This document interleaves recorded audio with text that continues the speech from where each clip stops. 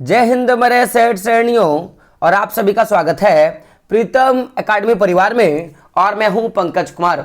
तो आज के इस वीडियो पे बात करेंगे क्लास 9th का जो पॉलिटिकल साइंस है यानी कि राजनीतिक विज्ञान का जो चैप्टर 3 है आपका चुनावी राजनीति। इससे पहले हम लोगों ने चैप्टर 1 और चैप्टर 2 कंप्लीट कर लिया। साथ ही साथ हिस्ट्री का जो 3 चैप्टर है आपका 1, 2 और 3 हम लोगों ने उसका वीडियो ले लिया है, तो आप प्लेलिस्ट पे जाके देख सकते हो। तो आज के इस वीडियो पे बात करेंगे हम लोग कि जो चुनावी राजनीति का जो चैप्टर है, इस चैप्टर का जो भी इंपॉर्टेंट पॉइंट है, सबसे पहले हम लोग इंपॉर्टेंट पॉइंट्स को देखेंगे और आपको इंपॉर्टेंट पॉइंट्स को साथ साथ में याद करते जाना है। और याद करने के बाद हम लोग क्या करेंगे, एक छोटा सा एमसीक्यू का टेस्ट लगाएंगे जिसमें मैं देखूंगा कि आपको कितने इंपॉर्टेंट पॉइंट्स पहले से आते हैं और आप सही गलत करके रखना। और फिर लास्ट में आपको कमेंट बॉक्स में बताना है वीडियो खत्म होने के बाद कि आपको कितने आंसर आते हैं अथवा नहीं आते हैं। तो बात करें हम लोग पहले नंबर टॉपिक पे, तो देख सकते हो यहाँ पे पहला क्या है आपका कि कौन से देश ने सबसे पहले अपने वयस्क नागरिकों को मतदान का अधिकार दिया।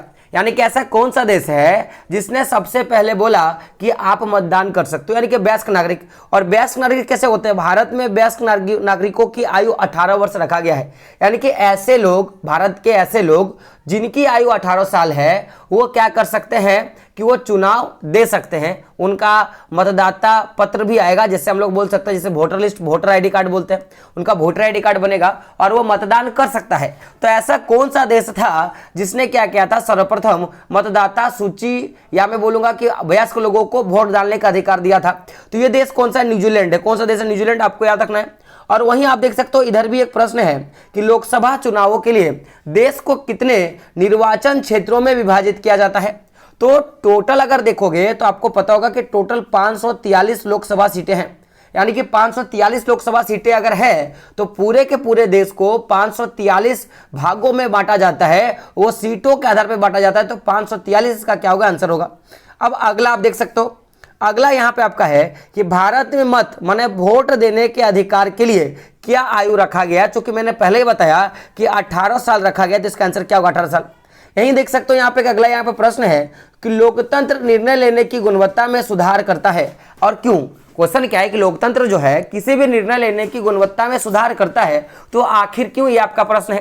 तो अगर मैं बात करूं आंसर का, तो लोकतंत्र में निर्णय और परामर्श जो होता है वो चर्चाओं के द्वारा होता है। यानी कि यहाँ पे जो भी बातें हो वो पक्ष और विपक्ष के बीच बातें रखी जाती हैं और पक्ष और विपक्ष बात रखने के बाद उसकी सहमति होती है। फिर जो भी बदलाव करना है या जिस भी तरह का समाधान चाहिए, जो भी कानून पारित करना है, उस पर बात किया जाता है। तो यानी कि जाहिर सी बात है कि लोकतंत्र में जब चर्चाएं होती है, यानी कि अपने मन से कुछ नहीं होता, तो यहाँ पे क्या होता है, निर्णय बेहतर ढंग से लिया जा सकता है। अब बात करें अगले प्रश्न पे, तो आपका प्रश्न है कि भारत में चुनाव करवाने का उत्तरदायित्व किसको है। यानी कि भारत में जो चुनाव प्रक्रिया हो रहा है उसका जिम्मेदारी किसको है, आपका यह प्रश्न है। तो आपने इलेक्शन कमीशन का नाम सुना होगा, यानी कि चुनाव आयोग का नाम सुना होगा। तो चुनाव आयोग का काम क्या है माय डियर फ्रेंड, चुनाव कराने का दायित्व उसके पास है। वहीं बात किया जाए, यहाँ पे एक प्रश्न है आपका कि एक व्यक्ति एक वोट का क्या अर्थ होता है। यानी कि एक व्यक्ति का एक वोट, इसका क्या अर्थ है। तो मैं बात करूं आंसर पे, तो एक व्यक्ति को एक वोट और प्रत्येक वोट का एक मूल्य होता है। यानी कि जितने भी व्यक्ति हैं वो केवल एक वोट डालेंगे और जो वो वोट डालेंगे उसका मूल्य समान होगा, चाहे वो अमीर हो, चाहे वो गरीब हो, चाहे वो सामान्य वर्ग के हो, चाहे वो ST SC हो, चाहे BC1 हो या BC2 हो, चाहे वो औरत हो चाहे मर्द हो। यानी कि जिनका भी उम्र 18 वर्ष है, वो किसी भी वर्ग, जाति, धर्म या तबके के लोग हैं या व्यवसाय के लोग हैं, उनके वोट का मूल्य क्या होगा, एक समान होगा और वो एक ही वोट डालेंगे, जिसका अर्थ है। अब बात करें अगले प्रश्न पे, तो अगला प्रश्न देख सकते हो आपका क्या है कि चुनाव के लिए उम्मीदवार को चुनाव चिन्ह कौन प्रदान करता है। यानी कि जो भी लोग लड़ते हैं, जैसे आप देखोगे बीजेपी का कमल छाप है, कांग्रेस का आप देखोगे तो हाथ छाप है। उसी प्रकार अपने ग्राम पंचायत में भी आपने देखा होगा कि जो मुखिया पे खड़ा होता है, या आपने मेयर का चुनाव देखा होगा, आप शहरी इलाके से हो तो उसमें जब चुनाव होगा तो वहां पे देखोगे कि जो भी जनप्रतिनिधि होगा, यानी कि जो इलेक्शन पे खड़ा होगा, उसको क्या किया जाता है, उसको चुनाव चिन्ह दिया जाता है, एक छाप दिया जाता है। तो क्वेश्चन है कि जो चुनाव चिन्ह है उस जनप्रतिनिधि को या जो उम्मीदवार है जो चुनाव पे खड़ा होना चाहता है, उसको वो चुनाव चिन्ह कौन देता है। तो उसको चुनाव चिन्ह जो है वो चुनाव आयोग देने का काम करता है, क्योंकि चुनाव आयोग का काम है निष्पक्ष चुनाव कराना। तो इसीलिए चुनाव आयोग का काम यह भी है कि वो चुनाव चिन्हों को वो देने का काम करता है। यहां पे देख सकते हो एक प्रश्न है आपका कि जनमत संग्रह क्या है। बड़ा इंपॉर्टेंट पॉइंट है। क्यों जनमत संग्रह इंपॉर्टेंट है? क्योंकि आपके 10th क्लास में जनमत संग्रह से हमेशा क्वेश्चंस बनता है, तो आप अभी से अगर याद रखोगे तो आपको आसानी होगा। तो जनमत संग्रह क्या है? तो एक महत्वपूर्ण मुद्दे पर लोगों का प्रत्यक्ष अथवा अप्रत्यक्ष मतदान को ही क्या कहेंगे माय डियर फ्रेंड? जनमत संग्रह बोलेंगे। यानी कि लोगों का इकट्ठा होना, सिंपल सा बात। लेकिन लोगों का यहाँ इकट्ठा का बात नहीं किया जा रहा है, लोगों के राय को इकट्ठा करना ही जनमत संग्रह कहलाता है। तो मैं क्या बोलूंगा, कोई भी एक मुद्दा है, जैसे अगर आप देखोगे, जैसे प्रधानमंत्री का चुनाव हो गया, जैसे अगर आप बोलोगे तो आपके मैं बोलूंगा मुख्यमंत्री का चुनाव हो गया, आपके ग्राम पंचायत में मुखिया का चुनाव हो गया, यहां तक कि आपके स्कूल में जो बाल संसद का चुनाव होता है उसका भी चुनाव जो होगा वो जनमत संग्रह के द्वारा होता है, जिसको हम लोग वोटिंग बोलते हैं। और वोटिंग का मतलब क्या होगा कि या तो जिस मुद्दे पे हमको मत करना है, या तो वो उसमें हम लोग प्रत्यक्ष इन्वॉल्व होंगे, यानी कि डायरेक्ट उसमें जाकर चुनाव करेंगे, या क्या होगा हम लोग क्या करेंगे, अप्रत्यक्ष रूप से मतदान करते हैं। जैसे अगर आप देखोगे, जैसे हम लोग राष्ट्रपति का चुनाव नहीं करते, आपको पता होगा, हम लोग क्या करते हैं, जनप्रतिनिधियों का चुनाव करते हैं। जैसे उम्मीदवार जो खड़ा है उसका चुनाव किए, अब उम्मीदवार जो खड़ा है वो जब चुनाव हो गया, अब फिर वो डिस्कस करता है कि उसके कैबिनेट, जो उसका पूरा का पूरा कैबिनेट बनेगा, उस कैबिनेट में राष्ट्रपति कौन होगा, उसमें प्रधानमंत्री, उसमें मुख्य जो है प्रधानमंत्री कौन बनेगा, उसमें कपड़ा मंत्रालय किसको दिया जाएगा। तो ये अलग अलग डिस्ट्रीब्यूशन जो लोग खुद बैठ के करता है। लेकिन हम लोग क्या करते हैं, किसी राजनीतिक दल को प्रत्यक्ष वोट देते हैं, और वो राजनीतिक दल क्या करता है, फिर अपना जो भी प्रोसेस उनका वो प्रोसेस करके अलग अलग जो है शाखाओं में लोगों को चुनता है। तो वो जो चुनाव हुआ, जो शाखाओं में अलग अलग चुनाव हुआ, वो प्रत्यक्ष रूप से हुआ, क्योंकि हम लोगों ने प्रत्यक्ष जो है किसी राजनीतिक दल को चुनाव किया था।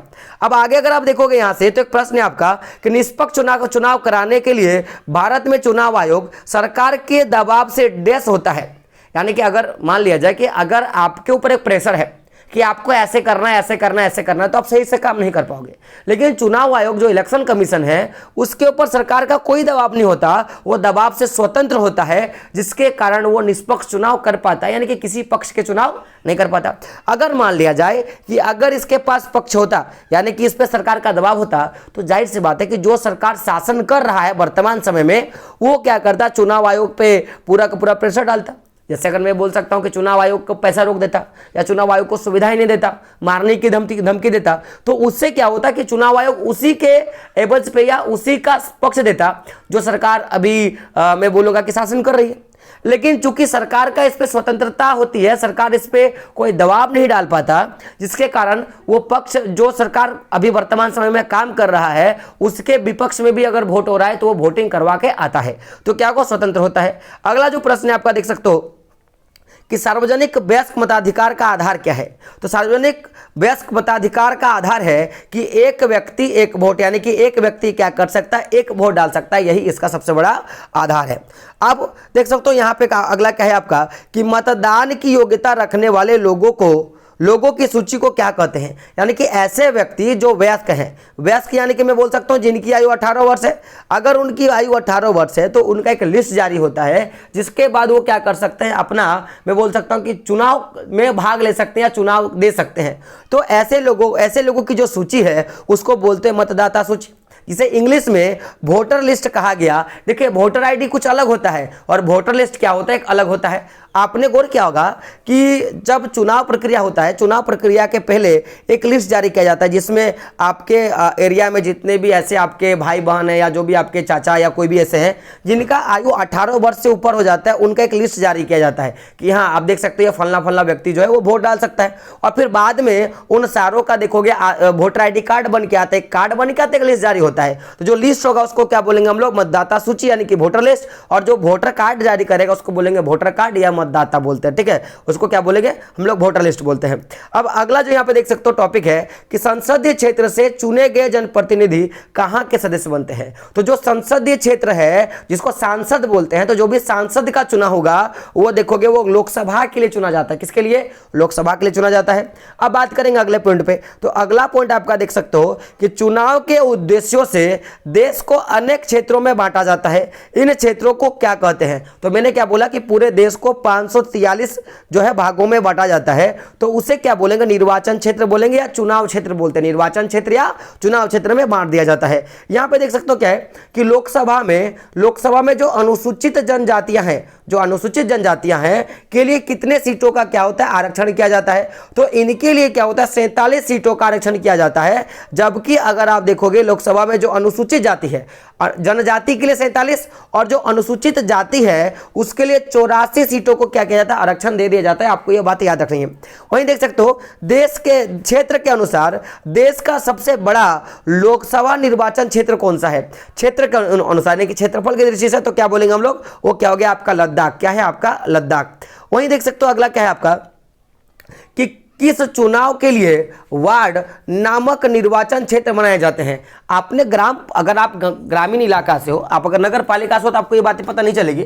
अगर आप ग्रामीण इलाका से हो तो आपको एक चीज पता होगा कि अरे ये तो वार्ड मेंबर है। तो ये जो वार्ड मेंबर का बात हम लोग कर रहे हैं ना, तो वही क्या है यहाँ पे वार्ड नामक निर्वाचन क्षेत्र है। तो वार्ड नामक निर्वाचन क्षेत्र है जो पंचायत और नगर निगम के चुनावों में ज्यादा मात्रा में मनाया जाता है। तो आपको याद रखना होगा पंचायत इसका आंसर होगा। वहीं देख सकते हो यहाँ पे क्या है कि क्षेत्र के अनुसार देश का सबसे छोटा लोकसभा निर्वाचन क्षेत्र क्या है आपका, चांदनी चौक है। आपको याद रखना है।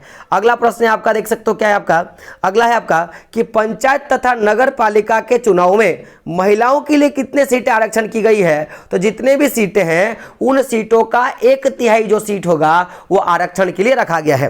अगला देख सकते हो क्या आपका कि कुछ राज्यों में निर्वाचन क्षेत्रों की संख्या ज्यादा क्यों होती है। आप अगर देखोगे तो जैसे अगर आप निर्वाचन क्षेत्र का बात करोगे तो शायद यूपी में सबसे ज्यादा निर्वाचन क्षेत्र बनाए जाते हैं। तो ऐसा क्यों, तो आप देखोगे कि वहां पे जो मतदाता का जो संख्या होगा अगर वो अधिक है तो उनके लिए क्या किया गया, ज्यादा मात्रा में निर्वाचन क्षेत्र उस क्षेत्र पे बनाया जाएगा। यानी कि वहां पे निर्वाचन क्षेत्र बना यानी कि वहां पे सीटों की संख्या आपको ज्यादा देखने के लिए मिलेगा। तो क्या होगा, मतदाता के संख्या के आधार पर। अब बात करेंगे आगे। अगला क्या आपका देख सकते हो कि चुनावी घोषणा पत्र को कौन घोषित करता है। तो चुनावी घोषणा पत्र यानी कि चुनाव के दौरान जो भी राजनीतिक दल होते हैं, जो भी राजनीतिक पार्टियां होते हैं, जो भी पॉलिटिकल पार्टियां होती हैं, वो क्या करते हैं कि अपने मुद्दों को लेकर कि मैं ये कर दूंगा, मैं ऐसा कर दूंगा, मैं वैसा करूंगा, है ना। तो इन सारे चीजों के लिए एक लिस्ट जारी करता है जिसे क्या कहा गया, घोषणा पत्र। तो इसे जारी कौन करता है, तो ये पॉलिटिकल पार्टी के द्वारा किया जाता है, यानी कि राजनीतिक दल के द्वारा किया जाता है। इसीलिए लोग बोलते हैं ना कि उसने जैसा कहा वैसा उसने काम नहीं किया। आप देख सकते हो लोकसभा में कुल कितनी सीटें हैं, तो 543 सीटें हैं। मैं हर बार आपको रिपीट कर रहा हूं, आप देख सकते हो। अब बात करते हैं अगला जो आपका पॉइंट देख सकते हो, किस नेता ने गरीबी हटाओ का नारा दिया। तो इंदिरा गांधी ने क्या किया था, गरीबी हटाओ का नारा दिया था। और जब इन्होंने गरीबी हटाओ का नारा दिया तो इसी के विरोध में एक नारा दिया गया जिसे क्या कहा गया, लोकतंत्र बचाओ। क्या कहा गया, लोकतंत्र बचाओ का नारा दिया। और ये नारा और कोई नहीं बल्कि इंदिरा गांधी का जो ऑपोजिशन पार्टी था, आपको पता होगा भारतीय जनता पार्टी, यानी कि मैं बात करूंगा बीजेपी का। तो बीजेपी ने क्या किया था माय डियर फ्रेंड, बीजेपी ने आपका लोकतंत्र बचाओ का नारा दिया था। आप देख सकते हो यहां पे कि निश्चित समय से पूर्व लोकसभा के भंग होने पर, यानी कि आपको पता होगा लोकसभा का जो कार्यकाल है, अगर उससे पहले क्या होता है, जैसे 5 साल का इसका कार्यकाल होता है, तो निश्चित समय से पूर्व लोकसभा के भंग होने पर पूरे देश में होने वाले चुनाव की प्रक्रिया को क्या कहते हैं, तो इसे मध्यवर्ती चुनाव बोलेंगे। क्या बोलेंगे, मध्यवर्ती चुनाव, यानी कि बीच वाला चुनाव। और ये स्थिति कब होता है, जैसे कि अगर आप टुंडी विधानसभा क्षेत्र से हो तो अभी आपको वर्तमान पता होगा कि जगन्नाथ महतो जी का देहांत हुआ था। जगन्नाथ महतो जी जो कि झारखंड के शिक्षा मंत्री थे, तो जब उनका देहांत हुआ तो बीच में फिर से चुनाव किया गया। तो वही जो चुनाव है, यानी कि आकस्मिक मृत्यु के कारण या मान लिया जाए कि वो पार्टी को छोड़ दिए या सरकार गिर गया, तो उस समय पूरी की पूरी चीजें होती हैं। तो ये मध्यवर्ती चुनाव आपकी होती है। तो मध्यवर्ती चुनाव प्रक्रिया क्या है, जब लोकसभा का कार्यकाल जो 5 साल है अगर उससे पहले वो भंग हो जाता है तो फिर आपको क्या देखने के लिए मिलेगा, आपको चुनाव, मध्यवर्ती चुनाव आपको देखने के लिए मिलेगा। अब बात करेंगे अगला। तो यहां पे देख सकते हो क्या आपका कि तेलुगु स्वाभिमान का नारा तेलुगु देशम पार्टी ने किस नेता ने दिया था। क्या, तेलुगु स्वाभिमान का नारा अगर पूछेगा किस पार्टी ने, तो क्या बोलोगे, तेलुगु देशम पार्टी। तो पूछेगा कि ये जो नारा दिया गया तो तेलुगु देशम पार्टी के किस व्यक्ति ने दिया था या किस नेता ने दिया था, तो एनटी रामा राव ने दिया था। किसने दिया था, एनटी रामा राव ने दिया था। अब अगर आप देखोगे यहाँ पे आपका है कि लोकदल नामक पार्टी का गठन किसने किया था, तो लोकदल नामक पार्टी का जो गठन है वो चौधरी चरण सिंह के द्वारा किया गया था। अब ये चौधरी चरण सिंह का जो ये लोकदल नामक पार्टी है, इसका जो चुनाव चिन्ह है, गौर कीजिएगा, वो हलधर किसान है। क्या है, हलधर किसान, एक किसान है जो हल लेके चुनाव का चिन्ह का प्रचार किया है। तो क्या होगा, हलधर किसान का चुनाव चिन्ह। अब हम लोग ये तो इंपॉर्टेंट पॉइंट पे हम लोग बात कर लिए। अब हम लोग बात करेंगे ऑब्जेक्टिव एमसीक्यू पे, यानी कि जो भी आपके एमसीक्यू पूछे जा सकते हैं आपके एग्जाम पे, हम लोग उस पर डिस्कस करेंगे। तो देख सकते हो सबसे पहले आप यहाँ पे 2 चीजें देख सकते हो। एक आपका क्या है कि आपका देख सकते हो, सबसे पहले मैं बात करूंगा आपका इस वाले प्रश्न पे। तो प्रश्न नंबर 1 क्या है आपका कि प्रश्न क्या है कि संसदीय क्षेत्र से चुने गए प्रतिनिधियों को कहां का सदस्य बनाया जाता है। और ऑप्शंस क्या है आपका देख सकते हो, लोकसभा, विधानसभा, न्यायपालिका या पंचायत। तो मैंने अभी पहले बोला था कि जो संसद क्षेत्र से चुने जाते हैं उनको लोकसभा का सदस्य बना जाता है। तो ऑप्शन नंबर 1 क्या होगा आपका, सही हो जाएगा।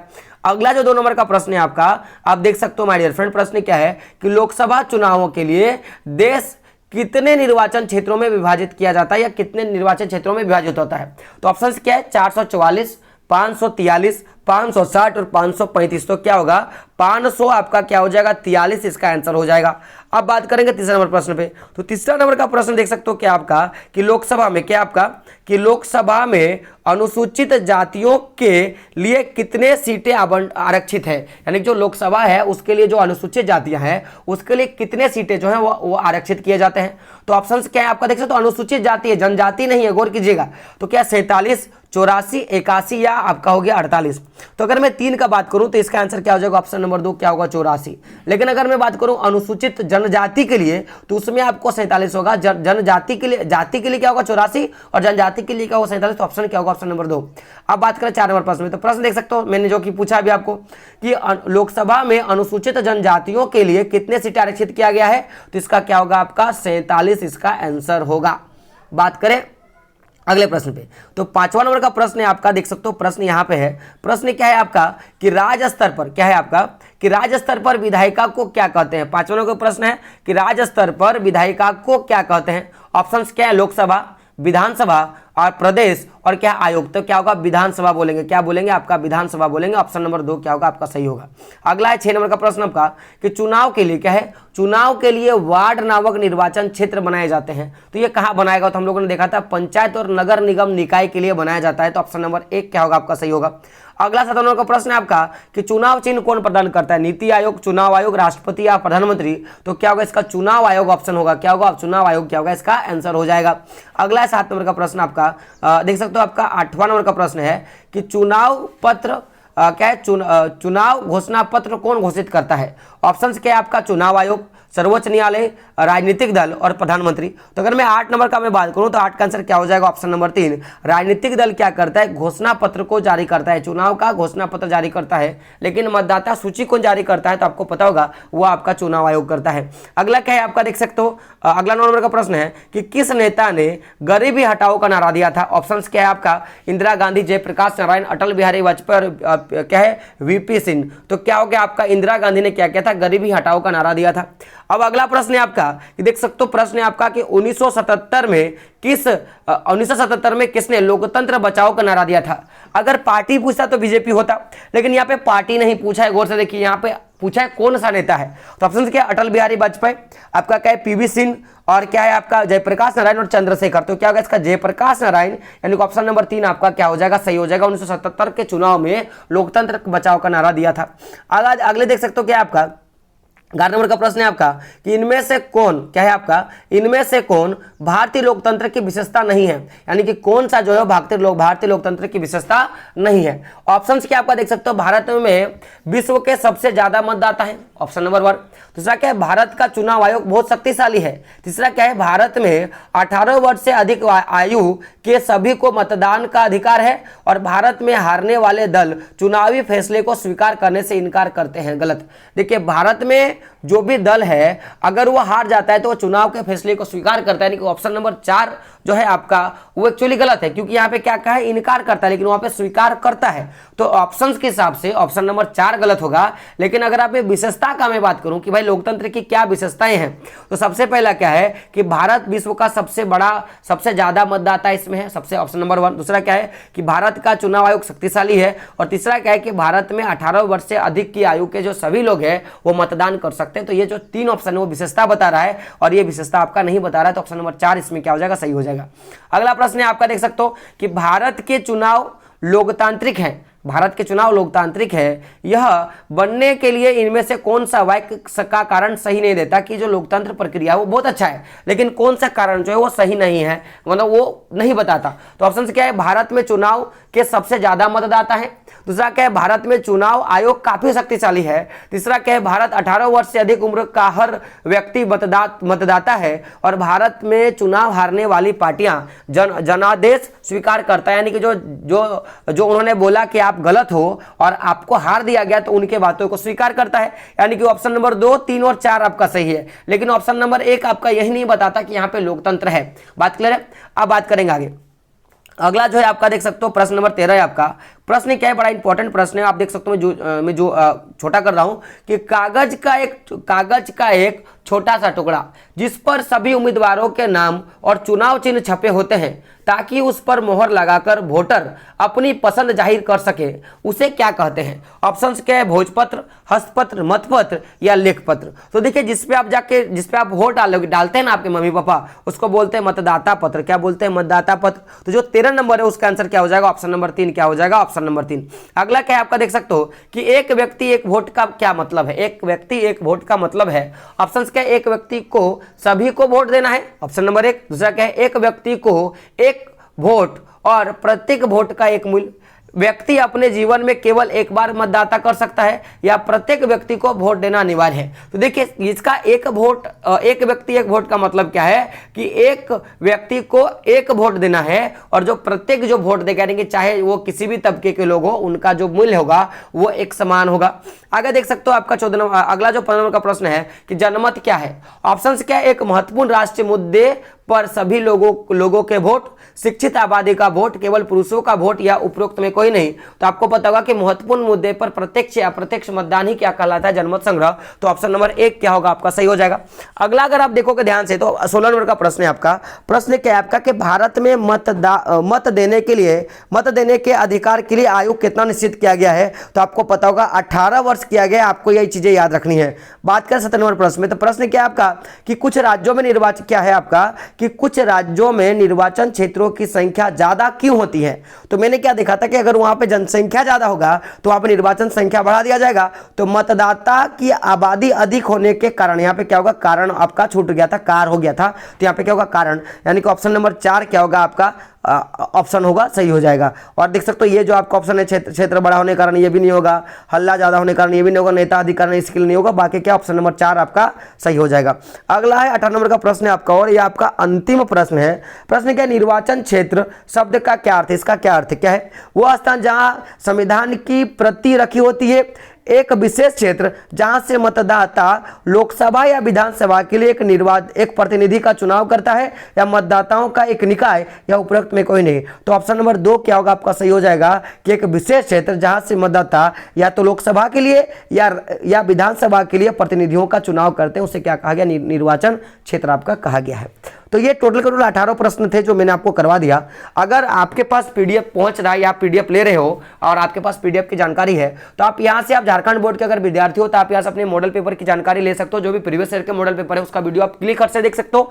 साथ ही साथ अगर आप देखोगे ध्यान से तो आप यहाँ से हमारे YouTube चैनल के साथ हमारे जो भी वेबसाइट है वहाँ पे जा सकते हो, टेलीग्राम पे जा सकते हो, व्हाट्सएप ग्रुप पे जा सकते हो। और अगर आपको क्लास 9th पे और अगर आपको साइंस का, ज्योग्राफी का, हिस्ट्री का या पॉलिटिकल साइंस का अगर आपको वीडियो देखना है तो आप यहाँ से आराम से देख सकते हो। साथ ही साथ जब आप क्लास 10th पे जाओगे, आपकी मैट्रिक की परीक्षा होगी, तो आपको सबसे अच्छे नोट्स की जरूरत होती है। और नोट्स आपको अगर एक पीडीएफ फॉर्मेट में मिल जाए, रंग बिरंगा सा मिल जाए, तो आप आसानी से पढ़ सकते हो और उससे अच्छे ढंग से अपनी तैयारी कर सकते हो। तो अगर आप कक्षा 10वीं में जब जाओगे और आपको अगर पीडीएफ चाहिए तो आप हमसे जुड़ सकते हैं। और पीडीएफ के लिए आपको कुछ नहीं करना पड़ेगा, जो पीडीएफ का जो चार्ज होगा आपको चुकाना पड़ेगा, जिससे आपको अगर ध्यान से देखोगे तो आपको साथ साथ में साइंस का, एसएसटी का, और आपको किसका किसका मिलेगा? एसएसटी, साइंस और हिंदी, और आपको इंग्लिश का, हिंदी में हिंदी ए और हिंदी भी दोनों का आपको क्या मिलेगा? पीडीएफ आपको मिल जाएगा जब आप क्लास 10वीं जाओगे। तो अगर आपको क्लास 9वीं की अभी तैयारी करनी है तो आप चैनल को सब्सक्राइब करें और क्या करें? वीडियो को शेयर जरूर करें। और वीडियो कैसा लगा आप एक बार जरूर बताएं। दोस्तों मिलते हैं अगले वीडियो में, तब तक के लिए जय हिंद, जय भारत और आपका दिन शुभ हो।